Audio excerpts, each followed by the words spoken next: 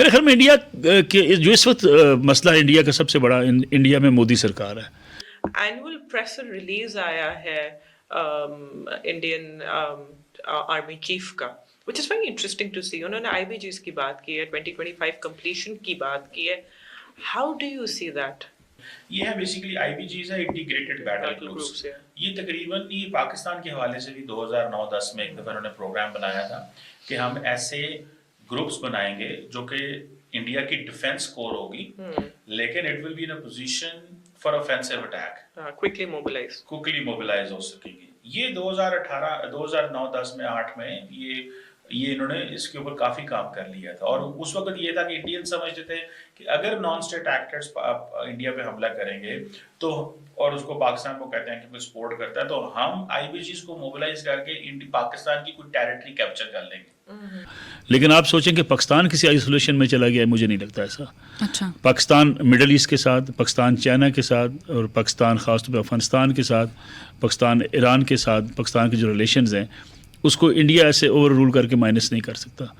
if they claim कि 2025 के and में IBGs जो है वो ऑपरेशनल हो जाएंगे, डिप्लॉयड हो जाएंगे सक्सेसफुली, do you think इसमें हमारी regional security concerning about Pakistan, ये हमारे पास इस वक्त इतनी resources और technology है to equip and handle such sort of IBGs like such sort of things coming up on our borders? आप सभी दर्शकों को मेरा प्रणाम। भारत मंथन चैनल में आपका स्वागत है। आज की बड़ी और चौंकाने वाली खबर पाकिस्तान से है, जहां पाकिस्तानी पॉडकास्टर्स भारत पाक युद्ध की संभावनाओं पर चर्चा करते हुए डरे हुए नजर आ रहे हैं। भारत की मजबूत युद्ध तकनीकों और रणनीतियों ने पाकिस्तान में खौफ पैदा कर दिया है। पाकिस्तानी विशेषज्ञ मान रहे हैं कि अगर जंग हुई तो पाकिस्तान को गंभीर नतीजे भुगतने पड़ सकते हैं। दोस्तों, इस रोचक और तनावपूर्ण चर्चा पर पूरी जानकारी के लिए हमारे साथ अंत तक बने रहिए। तो पाकिस्तान इंडिया के ताल्लुकात में क्या इस पर असर आएगा? मेरे ख्याल में पाकिस्तान इंडिया के रिलेशन अगर आप देखें माजी की निस्बत थोड़े से बेहतर तो हुए हैं, इसमें कोई शक नहीं, वैसे उतनी टेंशन मौजूद नहीं है। इंडिया की कोशिश होगी इस रीजन के अंदर, चूँकि इकानमी वाइज इंडिया ने काफ़ी ग्रो की है, वो इस रीजन के अंदर अपनी पेनिट्रेशन को बढ़ाने की कोशिश करता रहेगा। लेकिन आप सोचें कि पाकिस्तान किसी आइसोलेशन में चला गया है, मुझे नहीं लगता ऐसा। अच्छा। पाकिस्तान मिडल ईस्ट के साथ, पाकिस्तान चाइना के साथ, और पाकिस्तान ख़ासतौर पर अफगानिस्तान के साथ, पाकिस्तान ईरान के साथ, पाकिस्तान के जो रिलेशंस हैं उसको इंडिया ऐसे ओवर रूल करके माइनस नहीं कर सकता। और फिर सबसे बड़ा मसला है वो चीन का है। चीन इस रीजन के अंदर, चीन और रशिया दो ऐसी कुव्वतें हैं मौजूद जिनको आप ये कह सकते हैं कि चीन हमारी तरफ होगा, रशिया का टिल्ट थोड़ा सा इंडिया की तरफ हो सकता है।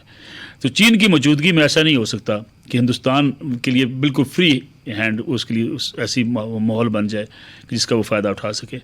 मेरे ख्याल में चीन हमेशा पाकिस्तान के साथ रहा है, अब भी खड़ा रहेगा। स्ट्रैटेजिक पॉइंट ऑफ व्यू से भी चीन का अपना इंटरेस्ट भी बड़ा है पाकिस्तान के अंदर।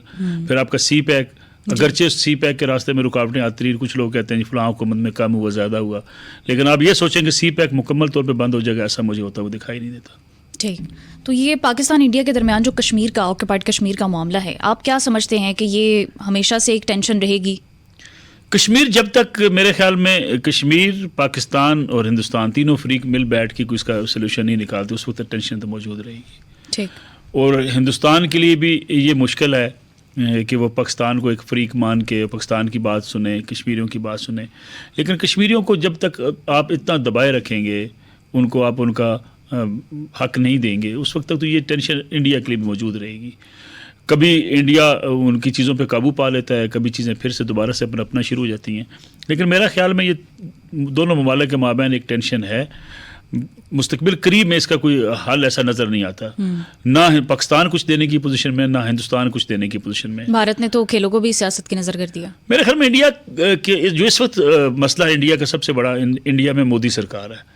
और इंडिया चूँकि एक्सट्रीम सियासत कर रहा है, इसलिए उनको ये चीज़ें करनी पड़ती हैं। वो मजबूरी में जिस इंतहा पसंदी पे जा चुके हैं, उससे अगर वापस हटते हैं तो उनको अपना वोट बैंक ख़राब होता है। बदकिस्मती से इस वक्त जो है वो पॉपुलिज्म जो है वो सबसे ख़तरनाक है, दुनिया के मुआशरों के लिए चैलेंज बन चुका है। पॉपुलिज्म में नज़रियात नहीं होते, पॉपुलिज्म में उसूल नहीं होते, पॉपुलिज्म में कोई बंदा ये नहीं देखता कि इसका नुकसान क्या होगा, फ़ायदा क्या होगा। पॉपुलैरिटी इंसान को आधा पागल कर देती है। मोदी का मसला भी ये है। मोदी चूँकि एंटी पाकिस्तान और एक इंतहा पसंदाना सोच के साथ पॉपुलर है, इसलिए उसको इस बात का खौफ है कि अगर वो किसी जो है वो इफ़ाम तफ़हीम की बात करेगा या इवन अगर इंडिया क्रिकेट को इशू नहीं बनाएगा, पाकिस्तान के साथ उसकी बयानबाजी नहीं होगी, तो मोदी को ये ख़ास तौर पर BJP को धचका लग सकता है। सर, अब इंडिया की यहाँ बात ही हो रही है तो एनुअल प्रेस रिलीज आया है इंडियन आर्मी चीफ का, which is very interesting to see. उन्होंने IBGs की बात की है, 2025 completion की बात की है. How do you see that?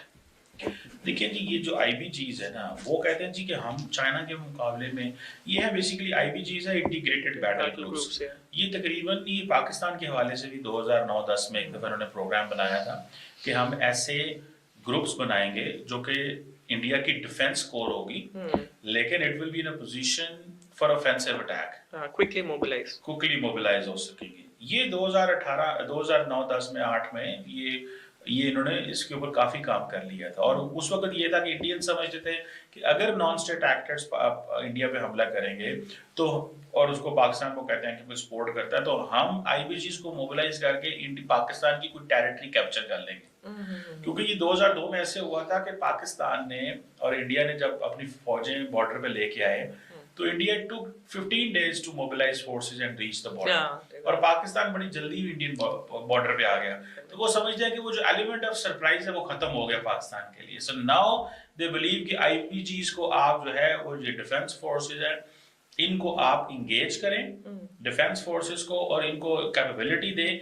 अब वो कह रहे हैं 2025 तक हम इसको बनाएंगे। सो जो वो पाकिस्तान के साथ करना चाह रहे थे वो चाइना के साथ करना चाह रहे हैं। लेकिन सवाल ये है कि अगर ये IBGs देखिए, मेरा ख्याल पता नहीं कितना 3500 किलोमीटर लंबा बॉर्डर, 3500 लंबा किलोमीटर बॉर्डर के ऊपर कितनी IBGs बनाएंगे भाई? वो 10, 12, 14, और वो बहुत बड़ा नंबर है ये।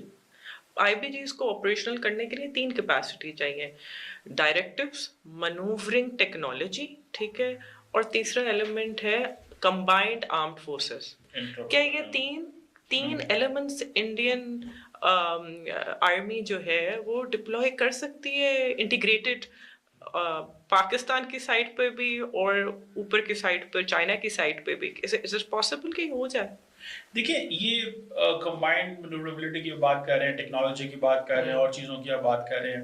देखिए, ये जारी बात है कि ये सारे रिसोर्सेज इंडिया के एक ऑफिस क्रिएट किया CDS का। अब उस ऑफिस की ये बेसिकली जॉब है, ठीक है जी। इस ऑफिस की ये जॉब है ये सारा करना। अब इंडिया कितने रिसोर्सेज मोबिलाइज करता है, कितना पैसा लगाता है, एयरफोर्स को क्या देता है, आर्मी को क्या देता है, तो आई थिंक ये एक बड़ी टास्क है, ठीक है, एक बड़ी टास्क है जो इंडिया अचीव करना चाहता है। इतने बड़े तादाद में अपने रिसोर्स फौजी वहाँ पे रखना, उनको टेक्नोलॉजिकल इक्विपमेंट प्रोवाइड करना, और उनको वो टेक्नोलॉजी देनी है जो चाइनीज से मैच कर सके, और सारी देनी है। सो इट मीन्स के वो इस बॉर्डर को थोड़ा सा गर्म करना चाह रहे हैं।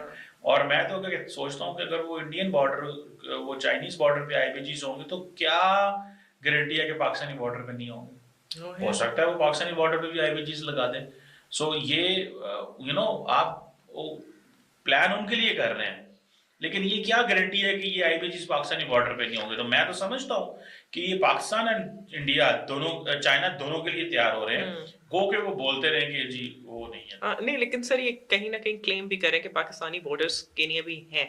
हाउएवर स्ट्रेटेजिक इम्प्लीकेशन क्या होगी अगर डिप्लॉयड सक्सेसफुली? एक तो होता है ना डिप्लॉय कर देना, डिप्लॉयड सक्सेसफुली अगर इन्होंने कर दिया तो let's talk first the angle of Pakistan and India. Implication क्या होंगे? इंडियन डिफेंस पोस्चर चेंज हो रहा है? देखिए, मेरी बात सुने, चाइना के साथ तो इनकी जो जंग है ना वो तो डिफरेंट डोमेन में लड़ी जानी है। देखिए, अब वॉर हो गई, इलेक्ट्रॉनिक वॉरफेयर की बात हो रही है, अब बात हो रही है इलेक्ट्रोमैग्नेटिक वॉरफेयर की बात हो रही है। अब जंग के जो रूल्स हैं, अब जंग के ट्रेन बदल गए।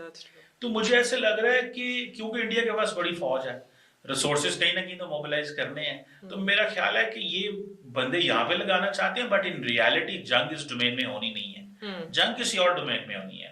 अब इंडिया को ड्रोन्स भी इस्तेमाल कर रहे हैं। मुझे आप बताएं, इंडिया इतने महंगे ड्रोन्स खरीद रहा है, इंडिया को तो ये हालात बन गए कि इंडिया ने रेंट पे लेने शुरू कर दिए ड्रोन्स इजराइल से। सो क्वेश्चन ये है कि जब ड्रोन वॉरफेयर आ रही है तो इतनी बड़ी तादाद में आप बंदे क्यों डिप्लॉय करना चाहते हैं? सो इट मीन्स कि अभी बाकी चीजों में वो रेडी नहीं है, भले वो ड्रोन वॉरफेयर हो, इलेक्ट्रोमैग्नेटिक वॉरफेयर हो, आर्टिफिशियल इंटेलिजेंस जैसे चैलेंजेस हैं, अभी उसमें तैयार नहीं है and it taking a lot of time. आपको पता है जो रशिया से इंडिया ने जो वेपन्स लेने थे वो सारे रुक गए हैं बिकॉज वो अपने मसरूफ हो गए हैं। फ्रांस भी उस तेजी से डिलीवर नहीं कर पा रहा, तो उनको बेसिकली वो अपनी फोर्सेस को फोर्स पोस्टिंग कर रहे हैं just to alert the force कि भाई आप तैयार रहें, हमारा जो नेक्स्ट टारगेट है वो चाइना, क्योंकि वो कहते हैं पाकिस्तान से हमें खतरा नहीं है।